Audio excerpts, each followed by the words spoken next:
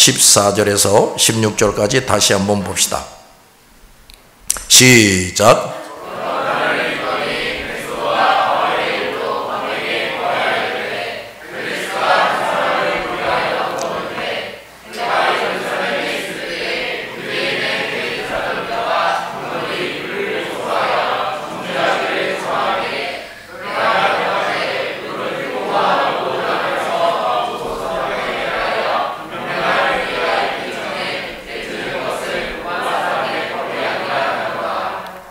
(14절에) 왕에게 구하여를 더 잘 번역하면 왕과 바울 사건을 논의하였다.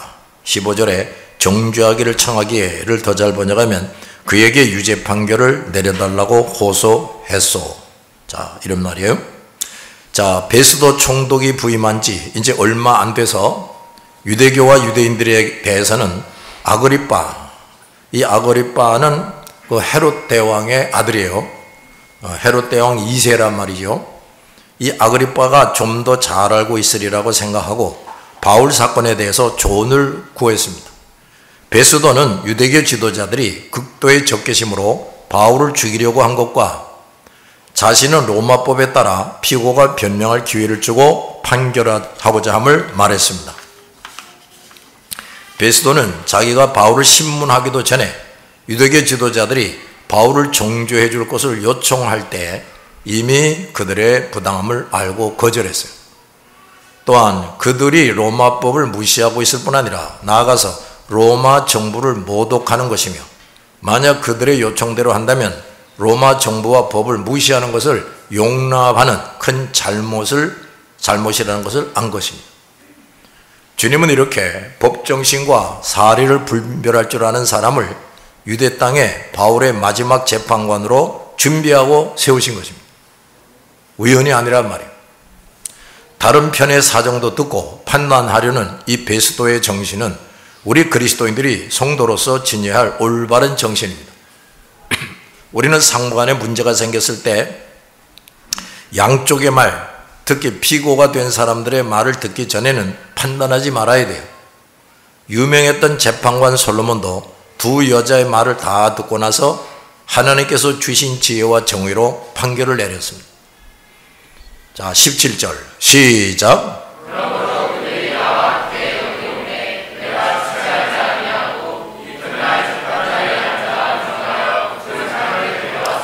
자, 베스도는 기소다 고발하는 자들이 오자 지체하지 않고 재판을 진행했습니다. 그들에게 총독이 재판을 더디게 한다는 빌미를 주지 않게 하기 위해서였습니다. 그리고 재판 자리에 앉아서 시작을 했습니다. 로마의 재판관이 사소한 재판을 할 때는 법정의 마당에서 진행을 했는데 그것도 정식 재판으로 인정이 됐습니다. 그러나 베스도는 바울의 재판을 중대한 문제를 재판할 때 하는 방법대로 큰 법정을 열어서 재판을 했어요. 이것 또한 주님의 섭리였습니다. 바울은 유대 지역에서 가장 엄숙하고 권위 있는 재판정에서 로마의 법에 따라서 정당하게 진행되는 재판을 받고 바로 여기에서 로마 황제에게 상소하는 것입니다. 따라서 그 상소는 반드시 바울이 로마 황제 앞으로 가도록 판결되는 것입니다. 18절, 19절 시작.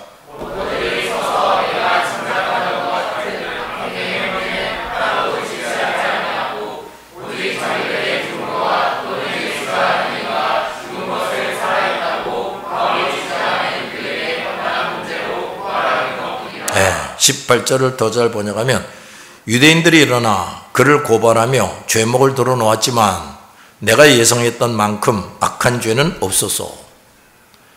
베스도는 로마법으로 유무죄를 가리려고 했는데 유대교 지도자들은 자기들의 종교에 관한 문제로 바울을 고소하는 것임을 알았습니다.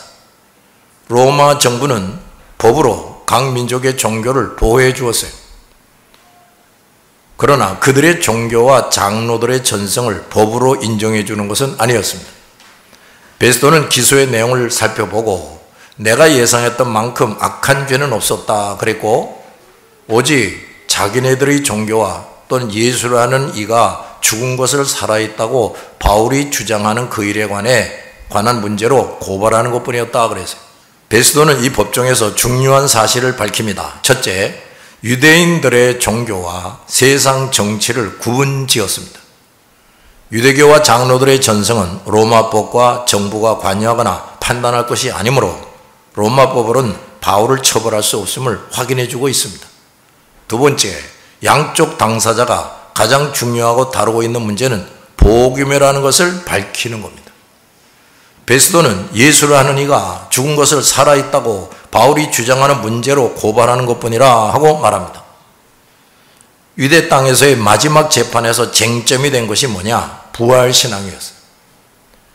그것은 예수를 하는 이가 죽었는데 다시 살아났다는 것에 기초하고 있습니다. 모든 유대인들과 지금까지 바울 사건을 본 모든 사람들에게 이 재판이야말로 총독 베스도의 입을 통해 다시 한번 복음이 뚜렷하게 드러나고 증거되고 있습니다. 할렐루야. 이것 또한 주님의 섭리에 의한 것입니다. 바울이 마지막으로 예루살렘에 들어간 이후에 일어난 모든 일은 유대인들과 그 지도자들 그리고 바울을 대하는 이방인들 모두가 예수의 도를 점점 더 분명하게 듣고 알게 하시려는 주님의 섭리였단 말이에요.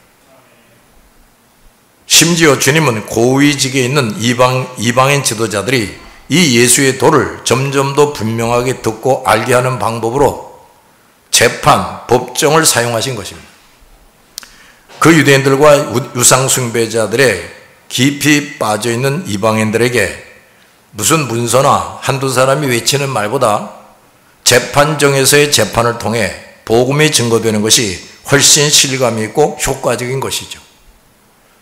총독을 비롯한 고위직의 사람들은 재판이 끝날 때까지 바울이 증언하는 복음을 조용히 들을 수밖에 없었어요. 뭘 들었어요? 복음. 바울은 재판정에서 로마법에 의해 안전을 보장받으며 증언할 수가 있었고 누구도 그것을 중단시키거나 막을 수 없었습니다. 주님의 지혜는 이렇게 완전합니다. 바울이 죄도 없이 거듭되는 재판을 받게 된 것은 이렇게 누구도 눈치챌 수도 없고 짐작할 수도 없는 주님의 섭리로 된 겁니다. 더 재미있는 것은 바울이 재판정에서 충분하게 예수의 도를 증거하도록 거듭해서 기회를 만들어준 사람들이 누구냐? 다름 아닌 예수와 예수의 도를 가장 싫어하던 유대교 지도자들이었다는 겁니다. 참으로 아이러니가 아닐 수가 없어요. 저들은 그것을 전혀 눈치채지 못하고 있었습니다. 예수님은 이렇게 모든 것을 초월하여 그 뜻대로 하시는 하나님이십니다. 뿐만 아니라 그 유대인들과 지도자들이 거짓말쟁이고 악한 자들임이 법정에서 분명히 드러났습니다. 베스도는 유대인들이 일어나 그를 고발하며 죄목을 들어놓았지만 내가 예상했던 만큼 악한 죄는 없었어 그랬습니다. 이것은 유대의 최고 법정에서 그 재판관인 총독이 한 말입니다. 저들이 바울에게 많은 말로 혐의를 씌웠지만 알고 보니 다 거짓임이 드러났다는 말이에요. 즉 오히려 그들이 죄인이라는 사실을 밝히고 있는 것입니다. 이 마지막 재판에서 주님은 바울을 통해서 예수 그리스도를 믿는 신앙을 부활을 믿는 신앙임을 분명히 밝히게 하셨어요. 부활을 믿는 신앙. 우리가 믿는 예수는 우리의 죄를 대신 지시고 십자가에 피 흘려 죽으셨다가 살아나신 분입니다. 즉 예수는 선택된 모든 사람들을 구원하기 위해 인간의 몸을 입고 이 땅에 오셨고 그들의 죄를 대신 지시고 피 흘려 죽으셨고 다시 살아나셨다. 따라서 그 예수를 자신의 구주로 믿는 사람은 그 피의 은총을 입어서 모든 죄를 사함받고 하나님의 자녀가 되었다. 그리고 그 사람은 한 번 죽을 수밖에 없으나 예수님처럼 영생의 부활을 하고 영혼과 육체가 완전해져서 영혼이 천국에서 살게 된다 하는 것을 믿는 것입니다. 예수의 대속의 죽으심과 부활을 믿지 않는 사람은 예수 그리스도를 믿는 사람이 아니에요. 예수님처럼 신령한 육체의 부활을 할 수 없으며 영생을 얻을 수가 없습니다. 그러므로 우리 그리스도인들은 부활의 신앙을 가진 사람들입니다. 그래서 바울도 복음을 전할 때 예수는 죽으셨다가 지금도 살아계신다 하는 것을 중점적으로 전했습니다. 그런데 베스도가 이것을 이 법정에서 정확하게 배심원들과 아그리빠에게 설명하고 있는 겁니다. 우리 기독교를 하나의 종교로 말하는 것은 아주 합당하지 않습니다. 어느 종교도 우리가 말하는 부활을 말하지 않아요. 왜 그들은 이것을 흉내내지 못하고 말하지 못하는 것일까? 모든 것의 주인이신 하나님께서 그것은 결코 허용하시지 않기 때문이에요. 다른 종교들도 우리가 성경에서 보는 좋은 교훈들과 성경에 있는 비슷한 것들을 가르칩니다. 그러나 그들의 믿는 교주가 죽었다가 다시 살아났다거나 그 종교를 믿는 사람들이 신령한 육체로 부활한다는 것을 절대로 말하지 못합니다. 우리 예수교만이 이 부활의 신앙, 부활하신 예수 그리스도를 증거할 수가 있습니다. 그러므로 우리 모든 그리스도인들은 복음을 전할 때마다 예수 그리스도의 부활과 우리의 부활을 증거해야 돼요. 사람이 어찌 죽었다가 다시 살아날 수 있느냐고 사람들이 물을 때 우리는 첫째, 예수의 부활을 증거해야 하고 둘째, 우리 영혼이 죽었다가 다시 살아나는 거듭남에 대해서 말해줘야 합니다. 그리고 예수께서 이 땅에 다시 오실 때 모든 사람의 죽었던 육체가 다시 살아나는데 예수를 믿고 죽었던 육체는 신령한 육체로, 안 믿고 죽은 사람의 육체는 가장 추한 모습으로 부활한다는 것을 말해줘야 됩니다. 따라서 이런 영생의 부활을 얻으려면 반드시 예수 그리스도를 믿어야만 한다고 말해주어야 돼요. 이 부활이 빠진 복음은 복음이 아닙니다. 베스도는 예수를 하는 이가 죽은 것을 살았다고 바울이 주장했다 하고 직접 말을 했는데 그 베스도 자신은 예수 그리스도를 종래 믿지 못했습니다. 예수를 하는 이라고 말한 것도 예수님을 대수롭지 않게 여김을 말해주는 것이죠. 베스도는 예수는 죽었으나 지금도 살아있고 또 영원히 살아계셔서 사망과 음부의 열쇠를 가지신 분이시다 하는 진리를 들었지만 믿지 못한 겁니다. 그러나 베스도는 바울을 통해서 부활하신 예수 그리스도를 분명하고 충분하게 증거되도록 간접적으로 돕고 있습니다. 그것도 총독이요 재판관으로서 법정에서 그렇게 한 것입니다. 우리 주님은 이렇게 아직 믿지도 않는 베스도와 유대교 지도자들도 사용하셔서 복음 전파를 돕게 하시는 분이십니다. 참 신기한 일이에요. 어떤 사람은 불신자 우상 숭배자로서 어떤 사람은 그리스도와 복음을 싫어하면서 결국은 그 일을 돕게 합니다. 그러나 중요한 것은 그 두 종류의 사람들이 정작 예수 그리스도를 믿지 않는다면 그들은 영원히 지옥에 떨어진다는 것입니다. 복음을 받아들이냐 안 받아들이냐 하는 것은 이렇게 모든 사람들에게 가장 중요하고 절실한 문제입니다. 그러므로 우리 그리스도인들은 사람이 듣든지 아니 듣든지 서둘러서 복음을 말해줘야 합니다. 자, 20절 또 22절까지 봅시다. 시작.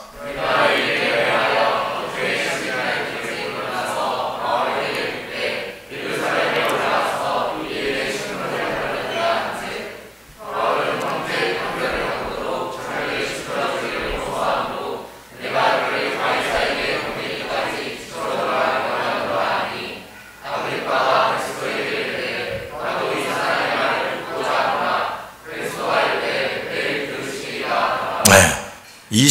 20절 상반절을 보면 내가 이와 같은 문제를 어떻게 조사해야 할지 몰라 바울에게 묻되 이렇게 되는 겁니다. 자, 아버지 아그리빠 1세 헤롯 대왕이죠. 이 아그리빠 1세가 어떻게 죽었는지 잘 알고 있어요. 그 아들인 아그리빠 2세가 벌레가 먹어서 죽었죠. 비참하게 죽었죠. 그 아들인 아그리빠가 베드로와 예수의 도에 대해서 모를 리가 없어요. 그 후 바울이 유대뿐 아니라 각 나라 민족에게 큰 권능을 나타내며 전도한 것 역시 잘 알고 있었을 것입니다. 그래서 나도 이 사람의 말을 듣고자 한다 한 것입니다. 아그리빠는 베스도의 취임을 축하하기 위해서 왔는데 바울에게 관심이 있었어요. 그는 바울이 예루살렘에 들어온 후 어떤 일이 있었는지 알고 있었습니다. 그런데 베스도가 부임하여 재판을 담당하게 되자 바울을 직접 대면하고 그가 어떤 사람이며 어떤 말을 하는지 듣고자 했던 것입니다. 벨리스는 아내와 함께, 그 이전 총독 벨릭스는 아내와 함께 사적으로 바울에게 와서 가르침을 들었는데 아그리빠 왕과 베스도 총독은 큰 법정에서 많은 사람들과 함께 공개적으로 듣고자 한 것입니다. 이것 또한 주님의 섭리였습니다. 바울은 죄도 없이 이리저리 끌려다니고 옥살이하게 되었는데 사실은 주님께서 바울이 유대교 지도자들을 비롯해서 높은 지위에 있는 사람들에게 예수의 도를 계속해서 증거하도록 섭리하신 것입니다. 높은 사람들에게. 높은 지위에 있는 사람들은 일반적으로 높은 지위에 있는 사람들을 상대하고 사귑니다. 평민이나 낮은 신분의 사람들은 저 높은 사람들을 만날 기회나 저들과 마음껏 말할 기회가 없지요. 바울은 속국의 사람이고 더구나 죄수 신분이므로 점점 더 높은 사람을 만나고 사적으로 공적으로 하고자 하는 말을 마음껏 하는 것은 있을 수가 없는 일이었어요. 그러나 만물의 주제이신 예수께서 바울이 그렇게 할 수 있도록 만들어 주신 겁니다.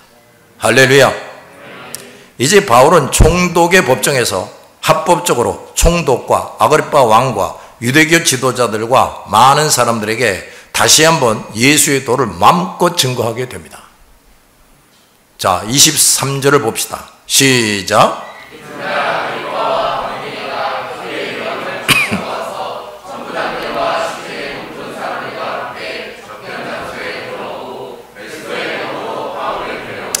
좀 더 잘 번역하면 이튿날 아그리빠와 버니게는 아그리빠의 아내지요. 버니게가 화려한 행로를 갖추고 군대의 지휘관들과 그 도시 유지들과 함께 재판정에 나타났다. 그러자 베스도의 명령으로 바울을 데려오라고 했다. 자, 아그리빠와 버니게는 다음날 대단한 위험을 갖추고 호위하는 사람들, 신하들과 함께 화려한 행렬로 법정에 나타났습니다. 그리고 군대의 지휘관들과 그 도시의 유지들과 함께 나타났다 그랬어요. 아그리빠는 그 아비 헤롯을 그대로 흉내내고 있습니다. 그 아비 헤롯이 이런 걸 좋아했어요. 더욱이 로마 총독이 대법정을 열고 재판하는 자리라면 유대교 지도자들뿐 아니라 가이사랴의 유지들이 모일 수 있는 곳이므로 자기의 위험을 나타낼 수 있는 좋은 기회라고 생각을 했어요. 그래서 그는 아마도 베스도에게 로마 군대의 지휘관들도 다 법정에 모이게 하자고 요청했을 것입니다. 이렇게 해서 한 사람 죄수 바울에 대한 유대에서의 마지막 재판정은 마지막 황제가 모든 고위의 사람들을 다 불러서 베푼 연회처럼 된 것입니다. 그 법정의 주인공은 총독도 아니고 아그리빠 왕도 아니고 로마 군대의 지휘관들이나 도시 유지인들이 아니고 바울이었어요. 우리는 여기에서 우리 주님의 지혜와 능력 따라합시다. 주님의 지혜와 능력 더 확실하게 영화처럼 볼 수가 있어요. 주님은 이런 신기하고 재미있는 역사도 얼마든지 일으키시는 전능하신 하나님이십니다. 바울을 주인공으로 한 이런 멋있고 극적인 드라마를 바울이 마지막으로 예루살렘으로 들어갈 때부터 유대 땅을 떠날 때까지 예수께서 친히 총감독이 되셔서 만드신 겁니다. 예수님이 연출자였다고 말합니다. 여기서 우리가 알 것이 있습니다. 아그리빠와 버니게의 화려한 등장은 그들의 추악함을 위장하는 것에 불과했다는 겁니다. 값진 보석으로 꾸민 복장을 입고 화려하게 꾸민 수행원들과 함께 나타난 그들의 모습은 겉으로 보기에는 굉장했지만 그것은 자신들의 추악함을 최대한 감추고 사람들에게 과장하고 과시하려는 것이었습니다. 그들의 부패 타락함과 죄악들은 결코 감추어지거나 없어지지 않고 그 모든 노력은 결코 자신들을 위대하게 만들거나 존경심을 얻어내지 못합니다. 오히려 조금이라도 현명하고 생각할 줄 아는 사람들은 저들을 조소하게 되죠. 그러므로 저들의 행위는 일시적인 쇼에 불과하고 잠시 나타났다가 없어지는 환상에 불과합니다. 하나님과 진리를 모르는 사람은 이와 같이 헛된 꿈과 환상을 쫓아서 살다가 결국은 그만큼 허망하고 슬프고 괴로움만 남게 됩니다. 따라서 그렇게 성공한 사람일수록 심한 우울증에 빠지거나 스스로 목숨을 끊는 사람이 많아지게 되는 겁니다. 두 번째, 반면에 바울의 모습은 초라했지만 실상은 더 위험있고 고상한 사람으로 나타나는 겁니다. 베스도의 명으로 바울을 데려왔다 했습니다. 저들의 거짓되고 가정한 위장은 그들 앞에 홀로선 바울이 지닌 영광으로 무색해지게 됩니다. 저들의 화려한 의상은 바울을 통해 나타나는 하나님의 영광과 진리와 지혜, 또 그리스도를 위해 그 무엇도 두려워하지 않는 당당함과 깨끗함에 비하면 보잘것없다는 것이 드러나는 것입니다. 바울이 죄수의 신분이 된 것은 저들의 지위와 명예보다 더 영광된 것이었습니다. 바울이 많은 군사들에게 둘러싸인 것은 저들이 많은 수행원을 거느린 것보다 권위 있는 것이었어요. 저들의 안과 밖에는 온갖 불의와 거짓이 감싸고 있었지만 바울 한 사람 주위에는 무적의 군대인 천군 천사들이 둘러 있었습니다. 무엇보다도 완전하시고 거룩하시고 선하시고 의로우신 전능하신 하나님께서 옆에 계셨습니다. 그러나 거기 있던 사람들은 이런 놀라운 광경을 볼 수가 없고 알 수가 없지요. 오직 바울만이 그 모든 사실을 보고 알 뿐입니다. 우리 모든 그리스도인들은 바로 이런 사람이 되어야 돼요. 부패하고 타락한 육신의 눈으로 세상의 것만 바라보지 말고 바울처럼 영혼이 점점 깨어나고 밝아지고 치료돼서 우리를 둘러 진치고 있는 천군 천사를 보고 언제나 내 뒤에 또 내 안에 계시는 하나님을 보는 다같이 영의 눈이 점점 밝아져야 한다. 대부분의 교인들이 이걸 볼 줄을 몰라요. 세 번째, 아그리빠와 버니게 그리고 로마 군대의 지휘관들과 도시의 유지들은 전날 밤과 아침에 온갖 치장과 위험을 갖추느라고 열심히 했어요. 그러나 죄수 바울은 전혀 다른 시간을 보냈습니다.